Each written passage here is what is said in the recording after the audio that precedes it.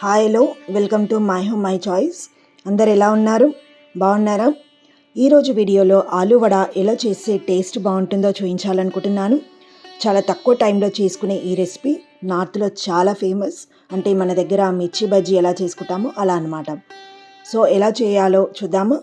ఈ రెసిపీ కోసం 2 medium size బంగాళదుంపలు తీసుకుంటున్నాను. వీటిని కట్ చేసి వాటర్ యాడ్ చేసి కుక్కర్లో 1 విజిల్ వచ్చే వరకు ఉడికించుకోవాలి. ఉడికిన ఆలుగడ్డను ఇలా సన్నగా తురుముకోవాలి, లేదా మ్యాష్ చేసుకున్నా సరిపోతుంది. దీంట్లోకి 4 to 5 సన్నగా కట్ చేసిన గ్రీన్ చిల్లీ, 4 to 5 వెల్లుల్లి, హాఫ్ కప్ ఆనియన్, తగినంత salt, 2 spoons lemon juice, 1 inch అల్లం ముక్కలు, అలాగే కొంచెం కొత్తిమీరను కట్ చేసి వేసుకోవాలి. దీంట్లోకి చిటికెడు షుగర్, చిటికెడు బ్లాక్ సాల్ట్ వేసి మొత్తం కలుపుకోవాలి. ఇలా కొంచెం కొంచెం తీసుకొని అన్నింటినీ ఉండలుగా చేసి పెట్టుకోవాలి. ఆలు కాస్త ఎక్కువగా ఉడికిన వడలు పర్ఫెక్ట్గా రావు. సో ఓన్లీ 1 విజిల్ వచ్చే వరకే ఉడికించుకోవాలి. నెక్స్ట్ బ్యాటర్ రెడీ చేసుకుందాము. 1 కప్ శనగపిండి, తగినంత సాల్ట్, వాటర్ యాడ్ చేసుకొని బజ్జీ పిండి ఎలా అయితే కలుపుకుంటామో ఆ విధంగా కలుపుకోవాలి. ఇలా కలుపుకున్న తర్వాతనే చిటికెడు సోడా వేసి ఉండలు లేకుండా మిక్స్ చేసుకోవాలి. ఫస్ట్ సోడా యాడ్ చేయడం వల్ల వడ లోపల రెడ్ కలరు అనేది వచ్చేస్తుంది, కాబట్టి సోడా తర్వాతనే కలుపుకోవాలి.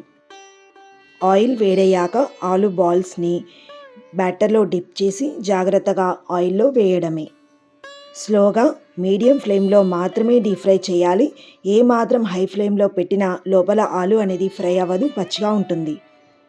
ఈ ఆలు వడ అనేది ఆలు బజ్జీ, ఆలు బొండాకి చాలా భిన్నంగా ఉంటుంది. టేస్ట్ కూడా చాలా డిఫరెంట్గా ఉంటుంది.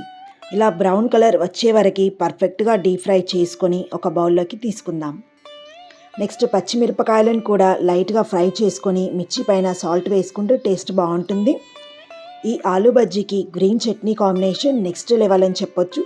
సో దానికోసం నేను జార్లో గుప్పెడు కొత్తిమీర, అలాగే పుదీనా, అల్లం వెల్లుల్లి పేస్ట్, 2 నుంచి 3 గ్రీన్ చిల్లీ, కారం చూసి వేసుకోవాలి, హాఫ్ స్పూన్ సాల్ట్, చిటికెడు బ్లాక్ సాల్ట్, హాఫ్ స్పూన్ ధనియాల పౌడర్ యాడ్ చేసుకొని బ్లెండ్ చేసుకొని ఒక బౌల్లోకి తీసుకుందాం.